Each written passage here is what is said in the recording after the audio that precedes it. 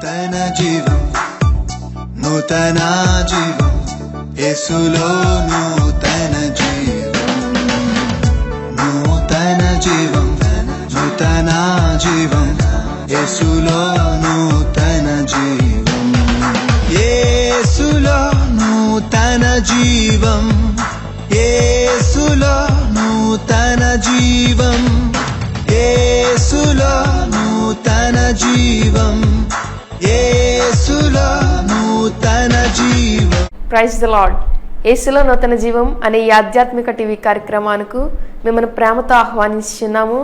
ఈ టీవీ కార్యక్రమం ద్వారా మీరు రక్షణ, స్వస్థత, యేసే ఇచ్చే నూతన జీవాన్ని, ఆశీర్వాదాన్ని పొందుకోవాలని కోరుకుంటున్నాము. ఇప్పుడు పాస్టర్ మోజెస్ అభిషేక్ గారు దేవుని యొక్క వర్తమానాన్ని అందజేస్తారు. Hallelujah. Hallelujah. Greetings to all in the precious name of our Lord and Savior Jesus మన Christ. ప్రభు అయినటువంటి యేసుక్రీస్తు వారి ప్రశస్త నామములో మీకు అందరికీ శుభములు. It's a very joy and happy for us to come before you with the living word of God. దేవుని సజీవ వాక్యము ద్వారా మీ ముందుకు రావడానికి ఎంతో ఆనందముగా ఉన్నది. And today God is blessing us with His word abundantly. ఆయన వాక్యము ద్వారా సమృద్ధిగా మనలను దీవింపనై ఉన్నారు. Today we are going to discuss a wonderful verse from the Pauline epistles. పౌలు యొక్క పత్రికలలో నుండి వాక్యమును అద్భుతమైనది మనము ధ్యానించనై ఉన్నాము. For our attention, for our meditation, let us turn our attention to Colossians chapter 2 verse 6 and 7. ఈ ధ్యానము నిమిత్తము కొలొస్సీయులకు రాసిన పత్రిక 2వ అధ్యాయము 6-7 వచనములను మనము ధ్యానించెదము. Colossians chapter 2 verse 6 and 7. కొలొస్సీయులకు రాసిన పత్రిక 2వ అధ్యాయము 6-7 వచనములు. So then, just as you received Jesus Christ as Lord, ప్రభువుగా యేసును మీరు అంగీకరించిన రీతిగానే continue to live your lives in Him, ఆయన యందు జీవించుట నేర్చుకొనుడి. rooted and built up in Him, ఆయన యందు వేరు పారి కట్టబడుచు, strengthened in the faith as you were taught, విశ్వాసమునందు బలపరచబడుచు, and overflowing with thankfulness. కృతజ్ఞతతో మీరు సమృద్ధి గలివారయుండుడి. This epistle of Colossians was a wonderful epistle that was written by Apostle Paul. అపోస్తలుడైన పౌలు గారి ద్వారా రాయబడిన అద్భుతమైనటువంటి ఈ కొలొస్సీయులకు రాసిన పత్రిక. And Apostle Paul wrote this epistle when he was in the prison of Rome. రోమాలో జైలులో ఉండగా, ఖైదీ అయి ఉండగా రాసిన పత్రిక. As he was going to martyred in few days, he is writing this epistle to the Colossae కొద్ది people. దినములలోనే అతడు హతసాక్షిగా మరణింపనై ఉన్నటువంటి తరుణములో రాయుచున్న పత్రిక. Actually, Apostle Paul didn't go to Colossae and preach word of God. కొలొస్సే అనే ఊరికి వెళ్లి ఆయన ఎప్పుడు వాక్యము ప్రకటించలేదు. But Colossians people had a great respect and reverence to Apostle Paul and his leadership. కానీ ఆయన యొక్క నాయకత్వానికి, ఆయన యొక్క బోధలకు అద్భుతమైనటువంటి ఆదరణనిచ్చి ఉన్నారు కొలొస్సీయులు. When Paul is working in Ephesus and preaching word of God there, దేవుని వాక్యమును ఎఫెసులో ప్రకటించుచూ ఉండగా Paul worked with a friend of him who is called as Epaphras.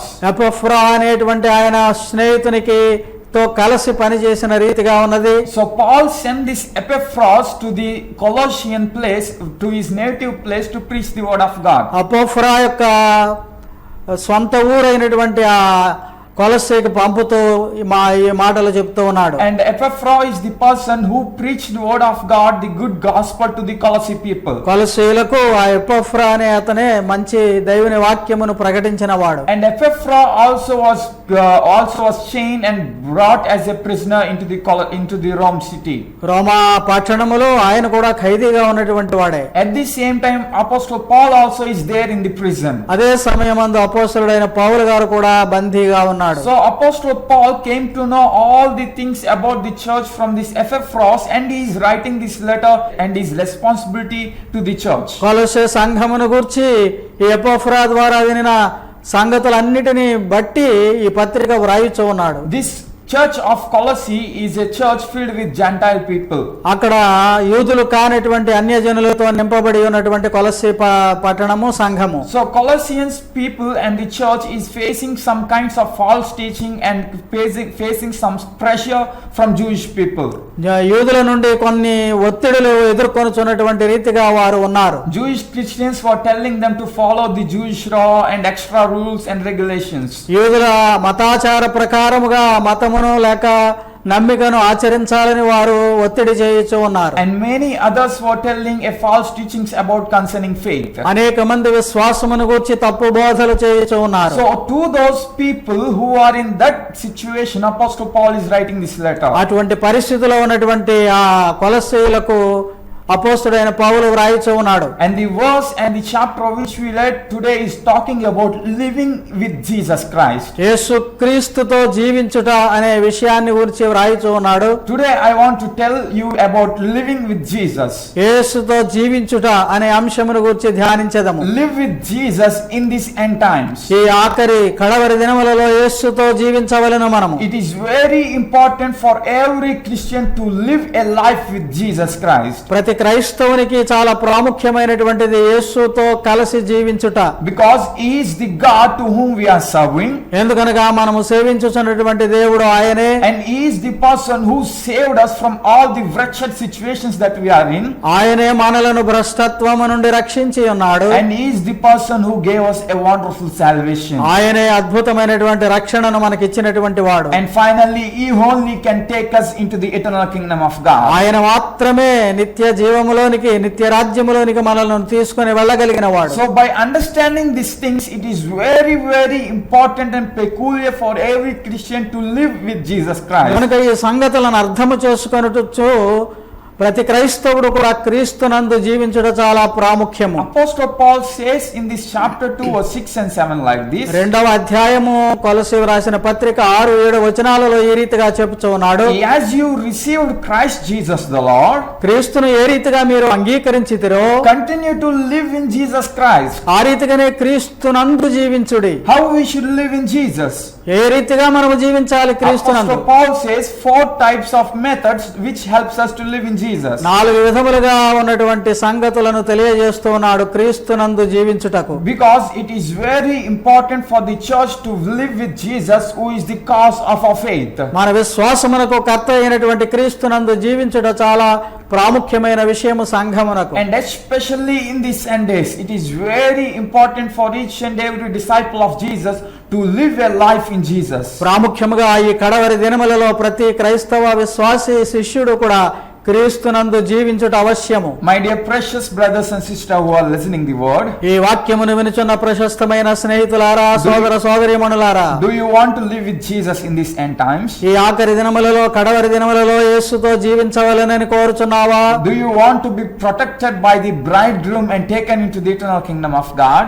దేవుని పెండ్లి కుమారుడైనటువంటి క్రీస్తు ద్వారా కాపాడబడి పరలోకమునకు వెళ్ళుటకు ఇష్టపడుచున్నావా? So let us listen the word of God and follow the steps that which Apostle Paul says. అయితే దేవుని వాక్యమును విని అపోస్తలుడైన పౌలు చెబుతున్నటువంటి అడుగుజాడలలో మనము నడుచుదాము. He says in 7th verse like this. 7వ వచనములో ఈ రీతిగా చెబుతూ ఉన్నాడు. So live a life according to live a life in Jesus. యేసునందు జీవించు అని చెప్తున్నాడు. How you should live is ఎలా జీవించాలి అంటే rooted and built up in Christ. ఆయన యందు వేరు పారి కట్టబడాలి. So first thing which helps us to live in Jesus is క్రీస్తునందు జీవించుటకు సహాయముగా మొట్టమొదటిది ఏమంటే be rooted in Jesus Christ. ఆయన యందు వేరు పారుట. Be rooted in Jesus Christ. యేసునందు వేరు పారుట. As a plant gets rooted into the soil, ఒక మొక్క మొలచేటప్పుడు ఏ రీతిగా భూమిలోనికి వేరులను తన్నుకొని స్థిరపడుతూ ఉంటుందో, and when it grows higher and higher, its roots also goes deeper and deeper into the soil. చెట్టు పైకి ఎదుగుచూ ఉండగా వేర్లు కూడా భూమిలోనికి దిగుచూ ఉంటవి. In this same way, a Christian person's faith should get deeper in Jesus Christ. అదే రీతిగా యేసు క్రీస్తునందు శక్తి కలిగిన వారముగా ఉండాలి. Our communications with God, our holy communion with God should go into deeper relationship with God. మన యొక్క సంభాషణ దేవునితో క్రీస్తు ద్వారా అతి సన్నిహితముగా ఉండాలి. Paul tells the church should be rooted in Jesus because సంఘము క్రీస్తునందు వేరుపారి ఉండాలి అంటున్నాడు పౌలు గారు. ఎందుకంటే here Colossae church is facing a deeper false teachings in the church. కొలస్సీ సంఘం అంతా కూడా తప్పు బోధనలు వినుచూ ఉన్నారు. And many were forcing and putting pressure upon them to get out of their faith. అనేక మంది విశ్వాసమును తొలగిపోయేటువంటి బోధలను వారు బోధించుచుండగా వినుచూ ఉన్నారు. So in those situations, Apostle Paul is telling you should get rooted in the doctrines and teachings of Jesus Jesus ఆ Christ. పరిస్థితులలో మీరు క్రీస్తునందు వేరు పారి కట్టబడాలి అని చెప్తూ ఉన్నాడు. To defend the adversity that which we are facing, వచ్చేటువంటి వ్యతిరేక శక్తులను ఎదుర్కొనుటకు, to defend the problems within the church, సంఘమందున్నటువంటి వ్యతిరేక శక్తులను ఎదుర్కొనుటకు firstly we should know and get deeper in the word of God. దేవుని వాక్యమునందు వేరు పారుట. When we get deeper and rooted in God, అధికముగా లోతైనటువంటి అనుభవంలోనికి వేరు పారినప్పుడు how much severe problems may come, we won't be flowing away. ఎంత కష్టమైనటువంటి పరిస్థితులు వచ్చినా మనము బెదరక ఉంటాము. That's why we see some trees which have deeper roots into the soil, they won't move even great cyclones or great volcanoes may come. కనుకనే మనం చూస్తూ ఉంటాము, తుఫానులు వచ్చినప్పుడు పెద్దదైనటువంటి చెట్టు ఆ వేర్లు బాగుగా ఉన్నవి కదలక ఉంటవి. But some trees which roots will be only upon the top of the soil, they'll be flowing away when whirlwind and tornadoes come. వేర్లు పైకి మాత్రమే ఉన్నప్పుడు అవి కదిలి పడిపోతూ ఉంటవి. Like that in China there is a wonderful plant, like it looks like a bamboo tree. ఆ వెదురు చెట్టు వలె ఉండేటువంటి చెట్టు చైనాలో ఒకటి ఉంటుంది. It will be located in the top of the mountains or hills. ఆ పర్వత శ్రేణుల పైన పెరుగుతూ ఉంటుంది అది. When deeper and great whirlwinds and tornadoes come, that tree just moves right and left, but it won't fall down. భయంకరమైనటువంటి గాలులు వచ్చినప్పుడు అటు ఇటు వరుగుతుందే తప్ప అది పడిపోదు. The reason for that is its root gone deeper and deeper into the hills or the soil. కారణం ఏమంటే దాని యొక్క వేరులు లోతైనటువంటి భూమిలోనికి వెళ్లి ఉంటవి. In this end days, many were coming to question our faith. ఈ దినములలో మన విశ్వాసమును ప్రశ్నించు వారు అనేకులు వచ్చుచూ ఉన్నారు. As in the time of Bible, the Colossians faith was questioned and many false teachings were arise. Bible కాలంలో కూడా అనేకమైనటువంటి తప్పు బోధల వలన కొలస్సీ పట్టణంలో కూడా విని ఉన్నారు. Today also many people are questioning that where is your God in this dramatic or disastrous situations. ఇంత భయంకరమైనటువంటి పరిస్థితులలో నీ దేవుడు ఎక్కడ ఉన్నాడని కూడా అడుగుతూ ఉన్నారు. As world is getting into dreadful situation due to COVID-19 disease, లోకమంతా కూడా కరోనా వైరస్ అనేటువంటి వ్యాధితో ఉంటూ ఉండగా, where is God Jesus? Why is not helping your people? దేవుడు యేసుక్రీస్తు వారు ఎక్కడ ఉన్నారు అని అడుగుతూ ఉన్నారు ప్రజలు. Many atheists were questioning that if there is a God, he should be blamed because he is not doing anything. ఆయన ఏమి చేయడం లేదు గనక నిందంతా కూడా ఆయన మీద వేయాలి అంటూ ఉన్నారు. But in these situations of our life, ఈ జీవిత విధానములలో మనకు we should trust in God and get rooted in Christ, మనము ఆయన యందు వేరు పారి జీవించవలెను. so that we may not fall down in our faith and get away from God. మన విశ్వాసమును కోల్పోయి మనము దేవునికి దూరం అయిపోకూడదు. To be rooted in God, we should do 4 things in our life. 4 విషయాలను మనము చేయాలి దేవుని యందు స్థిరపడి ఉండడానికి వేరు పారి. If you are a person who wants to get stronger in your life and in your relationship with God, దేవునితో నీ యొక్క జీవిత సంబంధం చాలా బలముగా ఉండాలి అంటే you should be planted in the love of God. దేవుని ప్రేమ యందు వేరు పారి ఉండాలి. You should be planted in the love of God. దేవుని ప్రేమలో నీవు నాటబడాలి. When you acknowledge the greatest love that God showed to you by sending his son into this world, దేవుడైన దేవుడు తన కుమారుడైన యేసుక్రీస్తును భూలోకములోనికి పంపిన ప్రేమను గమనిస్తే, when you experience the love of Christ that which he showed to you by dying upon that cross, శిలువ మీద ఆయన నీ కొరకు చనిపోవుట సంభవమును నీవు గమనించినట్లయితే, when you understand and get a deeper understanding about this love that Jesus showing you from that cross, శిలువపై నుండి యేసు నీకై చూపించుచున్న ప్రేమను నీవు గమనించితే, you won't live Christ in whatever situations you may be in. నీవు నీ పరిస్థితులలో నీ ఇష్టం వచ్చినట్లుగా జీవించవు. You will be rooted in Jesus and you will be having a stronger relationship with God. యేసునందు వేరు పారి ఆయనలో బలమైనటువంటి సంబంధము కలిగి ఉంటావు. So to get into a deeper relationship with God or to be rooted in Christ, we should be planted in the love of God. కనుక అటువంటి పరిస్థితిగా మనము స్థిరపడడానికి దేవుని ప్రేమలో వేరు పారి ఉండాలి. And secondly, we should be planted in the word of God. రెండవదిగా దేవుని వాక్యమునందు స్థిరపడాలి. Who all will meditate the word of God, they won't turn left or right. ఎవరైతే దేవుని వాక్యమందు ధ్యానిస్తూ ఉంటారో కుడికి గాని ఎడమకు గాని తొలగిపోరు. But still some questions were arising that even people were reading word of God, why they were not saved? దేవుని వాక్యమును చదువుచున్నప్పటికీ రక్షణ పొందకలేకపోతూ ఉన్నారు ఎందుకు అనే ప్రశ్నలు మిగులుతున్నవి. It is because their heart was not burning and they were not reading word of God with good concentration. ఎందుకనగా దేవుని వాక్యమును తమ హృదయములలో మండుచుండు రీతిగా చదువుటలేదు. If you love and read the word of God with a burning heart, it will surely make a good contact with you. మండుచున్న హృదయముతో వేదనతో నీవు చదివినప్పుడు దానిని అర్థము నీవు చేసుకొనగలుగుతావు. And to all those people who meditate word of God and listen word of God, they will be very stronger in God. దేవుని వాక్యమును చదువుతూ దానిని ధ్యానించుచు ఉండేవారు చాలా బలముగా స్థిరపడగలుగుతారు. Word of God is the weapon that which God gave to us to fight with any situations in our life. మన జీవితంలో వచ్చు సమస్యలు దేనినైనా ఎదుర్కొనుటకు దేవుని వాక్యము మనకు సహాయకరము. So we must be rooted or planted in the word of God. దేవుని వాక్యమునందు మనము స్థిరపడాలి. When we are planted in the word of God, దేవుని వాక్యమందు మనము స్థిరపడినప్పుడు even devil himself may come before us and to try to tempt us. సాతానుడు వచ్చి మనలను శోధించినప్పుడు కూడా We will be standing firm because we have word of God in our heart. మన హృదయాలలో దేవుని వాక్యం ఉండుట ద్వారా స్థిరముగా నిలువబడగలము. So beloved people of God, get planted in the word of God. కనుక ప్రియ స్నేహితులారా దేవుని వాక్యమునందు స్థిరపడుడి. And thirdly, we should be planted in the grace of God. దేవుని కృపయందు స్థిరపడి ఉండాలి. మూడవదిగా We should be planted in the loving grace that which Jesus showed to us. ఆయన ప్రేమ పూర్వకముగా చూపించుతున్నటువంటి కృపయందు స్థిరపడాలి. He made us worthy by showering his blood upon us and his blessings upon us. ఆయన ప్రశస్త రక్తమును ఆశీర్వాదములను కుమ్మరించుట ద్వారా మనల్ని ఆశీర్వదిస్తూ We ఉన్నారు. are unworthy to come before God and do all the rituals or prayers that we are doing today. దేవుని సన్నిధికి వచ్చి మనము చేయుచున్న కర్మకాండ అంతా చేయడానికి తగిన వారము కాదు. But through Jesus Christ, the grace, we became worthy and we are coming to God. కానీ యేసుక్రీస్తు ద్వారా ఆయన కృప ద్వారా మాత్రమే రక్షింపబడి ఉన్నాము. And fourthly, we should be planted in the faith of God. నాలుగవదిగా ఆయన యందు విశ్వాసములో స్థిరపడాలి. Yes, if we have faith like a mustard seed, it is enough for us to be keep safe. ఆవగింజంత విశ్వాసమునను చాలు అని చెబుతూ ఉన్నది వాక్యము. But that same Bible says we should be growing in faith too. ఆ విశ్వాసమునందు ఎదుగుచూ ఉండాలని కూడా చెబుతూ ఉన్నది వాక్యము. So my dear friends who are listening this word today, కనుక ఈ వాక్యమును వినుచున్న స్నేహితులారా,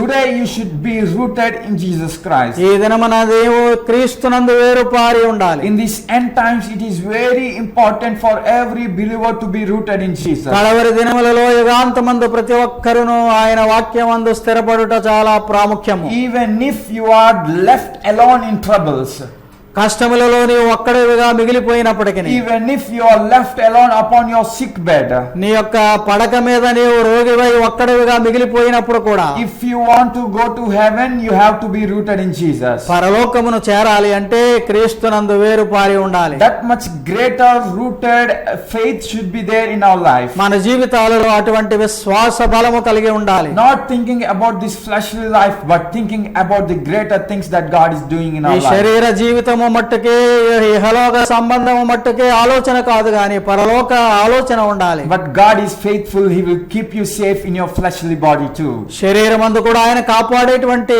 నమ్మదగిన దేవుడై ఉన్నాడు. So get rooted in Jesus Christ. క్రీస్తునందు వేరుపారి ఉండు. And it is very important to do this in our Christian life. క్రైస్తవ జీవితంలో చేయుట ఇది చాలా ప్రాముఖ్యము. When you get rooted in Jesus, యేసునందు స్థిరపడినప్పుడు you will be fruitful in your Christian journey. నీ క్రైస్తవ ప్రయాణమందు నీవు ఫలభరితముగా ఉంటావు. You will be breathing the wonderful fruits and gifts of God in your life. అద్భుతమైనటువంటి ఫలభరితమైనటువంటి జీవితాన్ని జీవించగలవు.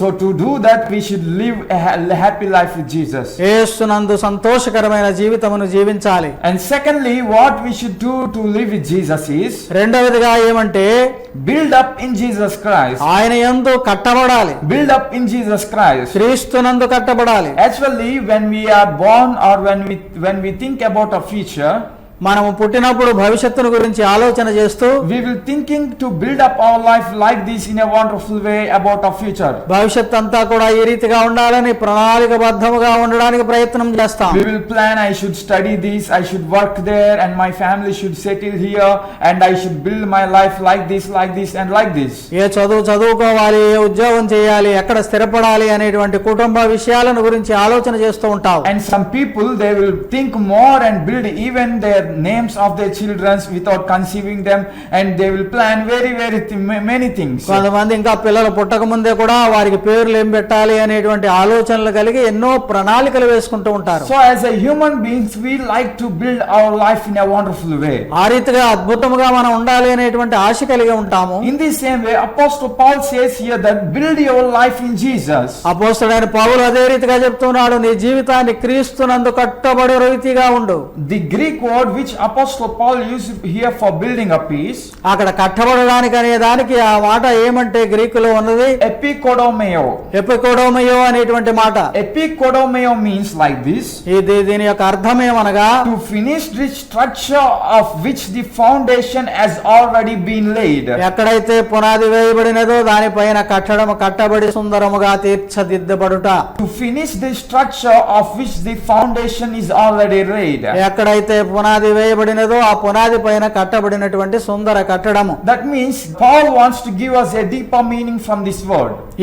ఈ మాటలో నుండి పౌలు గారు అద్భుతమైన అర్థాన్ని మనకు చెప్తూ ఉన్నాడు. When we accepted Jesus as our Lord, మన ప్రభువుగా యేసును అంగీకరించినప్పుడు we all builded our foundation on Jesus Christ. మనం అందరము క్రీస్తునందు పునాది వేయబడిన వారం. And when we laid our foundation on Jesus, క్రీస్తునందు మన పునాది వేయబడిన అనంతరము God has a structure for our life. దేవుడు మనకు ఒక కట్టడమును కడుతూ ఉన్నాడు. And in that structure we should move and we should come into that wonderful plan of God. ఆ కట్టడమునందే దేవుని ఏర్పాటు ప్రకారము మనము జీవించాలి. In that way we should build our life in Jesus.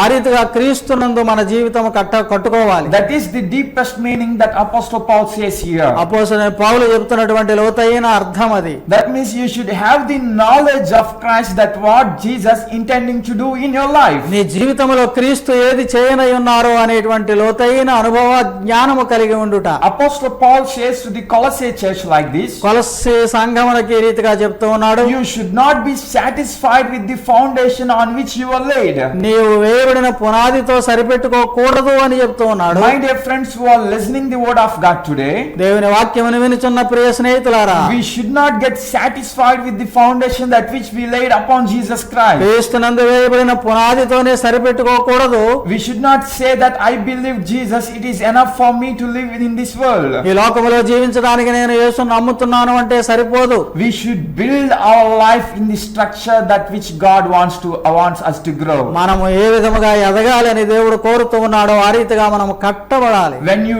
laid the foundation, then itself God planned a structure for you. ఎప్పుడైతే నీవు పునాది మీద స్థిరముగా ఉంటావో అప్పుడు దేవుడు దానిని చక్కగా కడతాడు. So we should build our life in the structure that which God planned for us. కనుక దేవుని యొక్క ఏర్పాటైనటువంటి కట్టడముగా కట్టబడాలి. And when we build our life in that wonderful way that God planned for us, దేవుడు ఏర్పాటైనటువంటి రీతిగా మనము కట్టబడినప్పుడు we will reach the fullness of faith in our life. మన జీవితం యొక్క విశ్వాసములో స్థిరులముగా పరిపూర్ణమవుతాం. My dear friends who are listening this word today, ఈ వాక్యమును వినుచున్న ప్రియ స్నేహితులారా, in this world whatever foundation upon which you may lay your faith, ఏ విధముగా నీ యొక్క ఏ పునాది పైన నీ విశ్వాసమును ఉంచుతూ ఉన్నావు, you will be falling down and it will be broken down when troubles will come.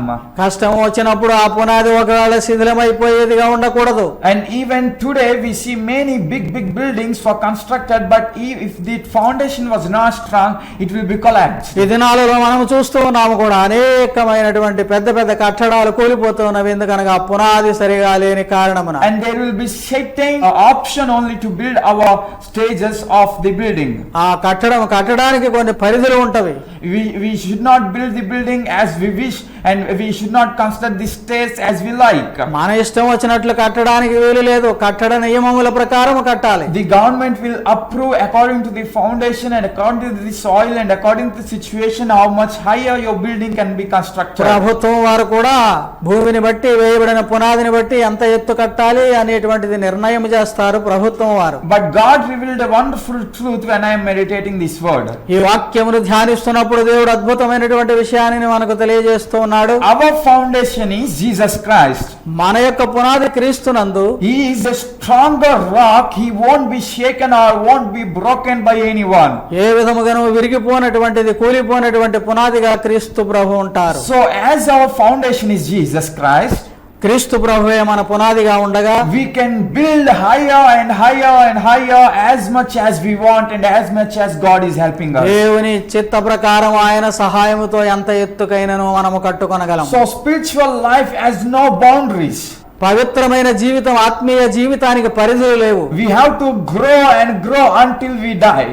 మనము జీవించినంత కాలము మరణ పర్యంతము వరకు కూడా కట్టబడుతూ ఎదుగుతూనే ఉండాలి. We should not stop our building of life in Jesus Christ. యేసులో జీవితం కట్టబడుట అనేటువంటి దానికి ఆగిపోయేటువంటి పరిస్థితి లేదు. Even if you go older and older, you should build your life in Jesus continually. జీవితంలో ముందుకు కొనసాగుతూ ఉన్నప్పటికీ క్రీస్తునందు ఎదుగుచూ కట్టబడుతూనే ఉండాలి. Until and unless our eyes get closed. మన కనులు మూతబడే వరకు కూడా. Until and unless our breathing stops. మన యొక్క ఊపిరి ఆగిపోయే వరకు కూడా. We should construct our life in Jesus continually. స్థిరముగా ఎల్లప్పుడూ మన జీవితాన్ని క్రీస్తునందు కట్టుకుంటూ ఉండాలి. Then only Christ will say, "You are a good servant of mine." అప్పుడే క్రీస్తు ప్రభువారు చెప్తారు, బలా నమ్మకమైన మంచి సేవకుడా.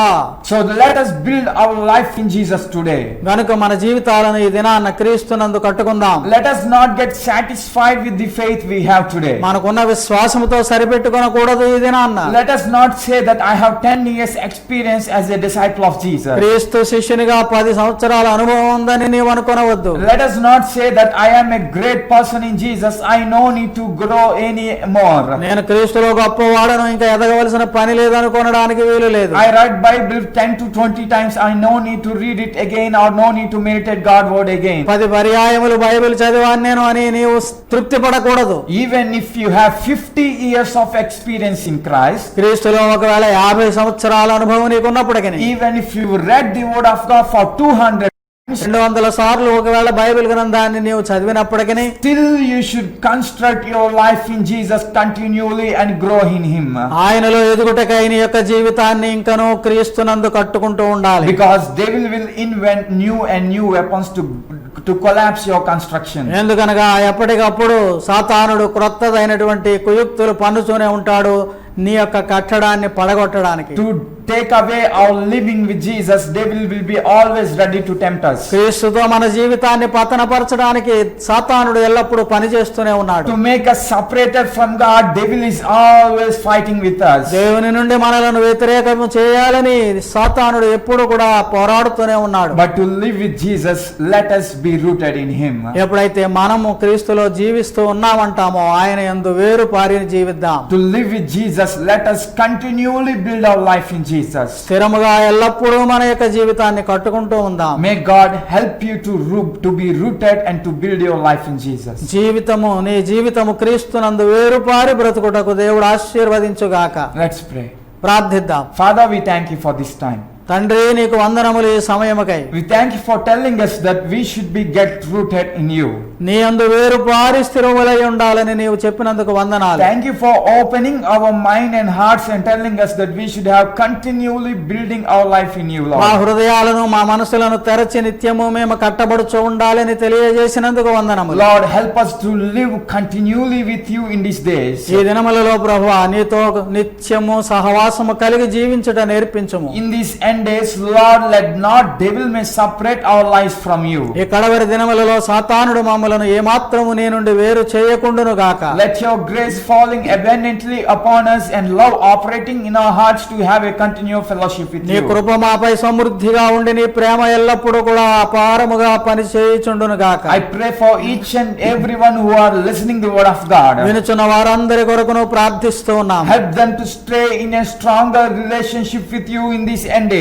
ఈ కడవరి దినములలో నీతో బలమైన విశ్వాసములో వారు జీవించినట్లు అనుగ్రహించుము. Help them to be standing strong in the spiritual life and physical contact with you. ఆత్మీయ జీవితమునందును భౌతికముగాను నీతో కలిసి ఉండుటకు వారికి అనుగ్రహించుము. And help all of us to have a good communication with our fellow believers and with you in our day-to-day life. తోడి విశ్వాసులతోనూ నీతోనూ కలిసి నిత్యము సంభాషించుచు ఉండునట్లు అనుగ్రహించుము. and bless us through your precious meditations of word. దేవుని వాక్యము ద్వారా ధ్యానించుటలో మాకు ఆశీర్వాదమును అనుగ్రహించుము. I declare that every devil bondages to be taken out of your precious people. నీ ప్రశస్తమైన ప్రజల నుండి ప్రతి విధమైన దుష్టత్వ క్రియలను తొలగించమని వేడుకొనుచున్నాను. I declare in Jesus' name that no evil may attack any of your people. యేసు నామమందు ఏ దుష్టత్వము వారిని తాకకుండును గాక. Lord, thank you for answering our prayer. మా ప్రార్థనలకు జవాబిచ్చినందులకు వందనములు. We ask this prayer in Jesus' ఈ name. ప్రార్థనను యేసు నామమునందు అడుగుచున్నాము తండ్రి. Amen. Amen. May God bless you all. మిమ్మల్ని అందరినీ దేవుడు దీవించుగాక. Be rooted and build up upon Jesus. క్రీస్తునందు వేరు పారి కట్టబడుచు ఉండండి. May God bless our nation India, మన దేశమును దేవుడు దీవించుగాక. and may God bless this world. లోకమంతటిని దేవుడు దీవించును గాక. Amen. Amen. Thank you for listening the word of God. Hope you all are blessed by this program.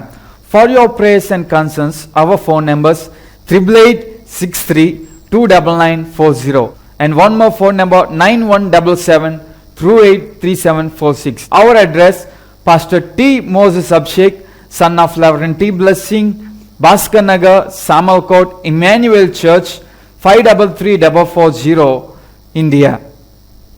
May God bless you all.